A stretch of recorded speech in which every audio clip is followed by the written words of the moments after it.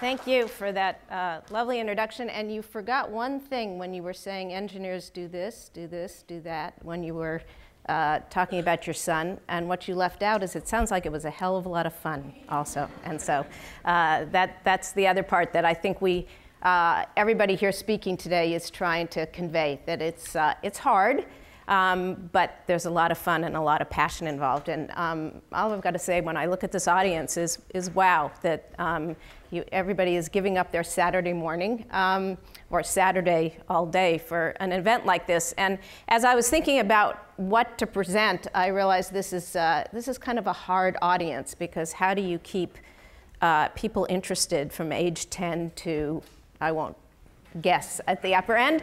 And but I'm just going to aim at keeping all of you interested for at least some % of the time, and hope that eyes don't close or people don't start texting. You said to turn the phones off, so hopefully there will be no texting in the middle of it. What I thought I'd do is just touch on 3 different aspects. One is a little bit about me, kind of give you a feel for one engineer's path, because actually I was going to say my career path is not necessarily typical, but you know what? I don't think there is a typical path for someone who starts out with an engineering foundation, because it is such a broad foundation. Then I'm going to talk about my current passion, which is innovation in a more general sense, because even those of you today who walk away saying, yay, engineering is wonderful, may not end up choosing engineering as a path. But I'm convinced, and the fact that you're sitting here today, you most likely will become an innovator. So innovation will play a role in your life in some fashion. And then I'm going to end by talking about some of the opportunities and challenges that I see that are driven not only by engineering, but by some of the other problems that we see out there. So a little bit about me, things that, some of the key highlights that shaped my attitudes in my career. I come from academic roots. I was very fortunate to have role models from day one. I not only have a father who is a PhD in electrical engineering, started the computer science department at UCLA, but my mother has a PhD in electrical engineering. So when she got her PhD, she was probably one of 2 women in the country that got a PhD in electrical engineering at the time. So in essence, I grew up having EDay every day. So I was just steeped in science and engineering. I still remember one day when I was still in high school that my father brought home some videotapes. No, there was no internet. Some videotapes for me to watch to learn a computer language. And I can't remember at the time whether I did it because I wanted to or whether he asked me to, but it ended up being very beneficial. I ended up falling in love with computer science primarily because of its problem-solving aspects. To me, what computer science is all about, and actually what engineering is all about, is problem-solving. And I'll tell you just one story from my early days, my first really hard computer science class that I took, and one of the lessons that, just one of the many lessons that my father taught me.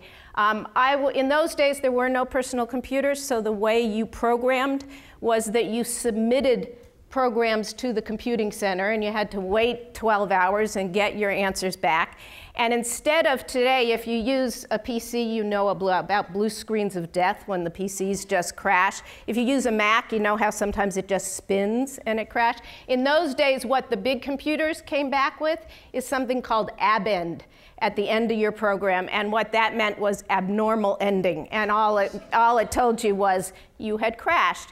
And I had been working for days, staying up all night, came home just in tears because I had no idea what I was doing, actually, or how to solve the problem. And I'll never forget that my father sat me down and said, you know, the key to problems when you're overwhelmed is try to break the problem into pieces.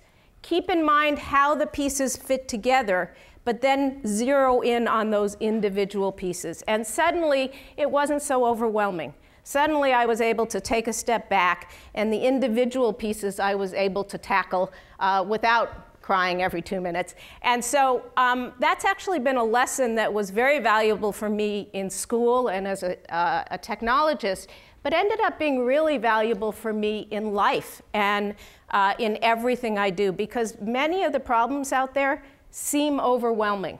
And in the end, the way we solve them is by taking a step back and seeing if they can be broken down. Again, you have to remember how the pieces fit together so you don't just end up with isolated solutions. But that notion of turning an overwhelming problem into an interesting, solvable one is something that I have never forgotten.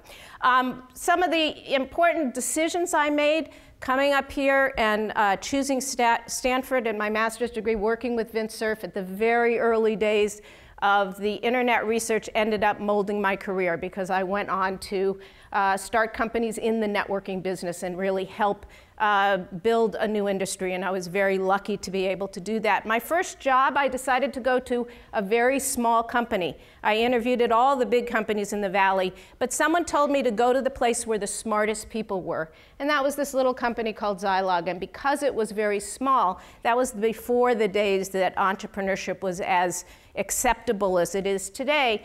I got the entrepreneurship bug. I got a sense of what could happen in a small company, and actually very quickly moved from individual contributor to manager or leader, because what I realized is that although I love engineering, I'm a deep technologist, what I really liked was applying that technology to solve problems and solving people problems. I loved getting people to work together and rally them. So my engineering foundation was a great foundation. Many of my peers went on to continue to be contributors at the technology level. I chose to move into the management and leadership level early on in my career.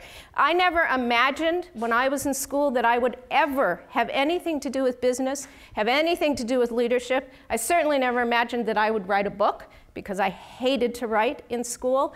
And I only say this because those of you who wonder what you are going to end up doing, know that it probably is going to be very different from what you think today. And even some of you in the audience who may be in your 40s and 50s, it may be very different in your next chapter than it is today. And so what I've learned, if anything, is life is about change, and life is about taking advantage of the unexpected. And last, let me just say that my most important achievement, although he doesn't like to be called an achievement, is my 21-year-old son.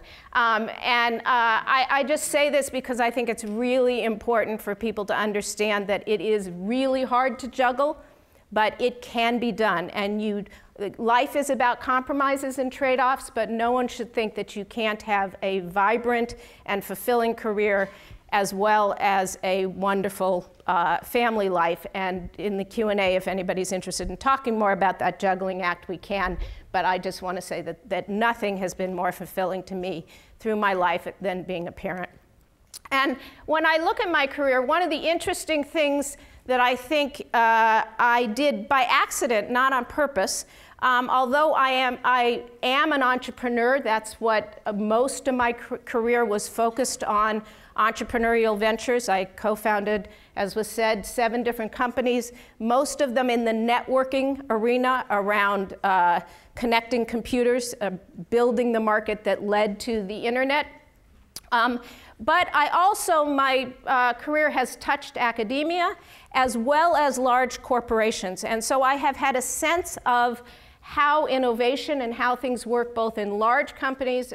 For a period of time, I was CTO at Cisco when they bought one of my companies, but I also have sat on the board of directors of several large companies. So that the important lesson here, I think, is that people talk about career ladders.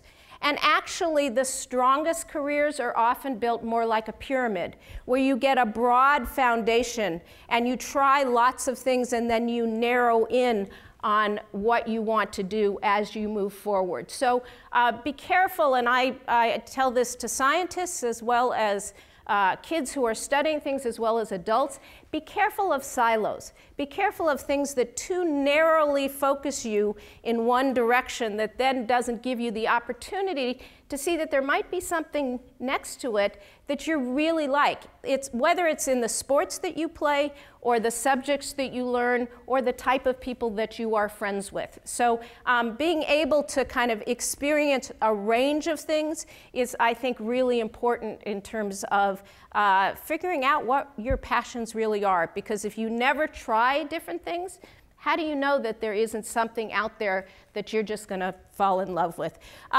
And as mentioned earlier, I did, a couple of years ago, stopped building companies and decided to write a book about innovation because I felt very passionate about some of the problems that we have in this country and explaining some of the issues around innovation, and I will talk about that, more about that in a little bit.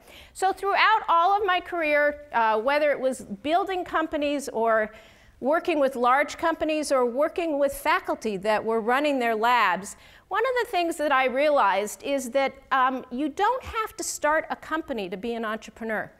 The actual definition of entrepreneur has to do with starting your own business. But I actually think about entrepreneurship as a state of mind, as a way of thinking. And you can be an entrepreneur in starting your own business, but you can also be an entrepreneurial, you can be entrepreneurial in a large company. You can, we don't have enough of it, but you can be entrepreneurial in government, in the way you think about solving problems, in public service, and you can be entrepreneurial in academia. And actually a lot of professors actually are they're entrepreneurs in the way they have to raise money for their research and manage their operation. And entrepreneurship actually doesn't require any special degree. One of the things that I have found lately that entrepreneurship has become a very popular thing to want to do, because anybody who's seen The Social Network automatically thinks, oh, I don't need to go to college, I'll become Mark Zuckerberg. The fact of the matter is that it's wonderful what he did, but that is the rare occurrence. But I am finding more and more young people saying, well, what I'm going to do is go get a business undergraduate degree, and then I can become an entrepreneur. Well, actually, a business undergraduate degree doesn't really teach you how to become an entrepreneur. It doesn't necessarily teach you entrepreneurial thinking. And the other problem with it, I mean, you can go that path, but the problem with it is it doesn't give you the basis of the content that might be what drives your business. So there are lots of other degrees, whether it is a liberal arts degree that teaches you about everything from art or history or philosophy or psychology that you will use later on, or a film degree, or an engineering degree, or a biology degree. At the undergraduate level, again, you want to be exposed to a lot of things, and then you can tap into those business skills that then lead you to be an entrepreneur. It's much easier to learn the entrepreneurial skills on the job than it is to learn the content on the job. And so I will say, since this is EDay, that engineering actually makes a great foundation for entrepreneurship.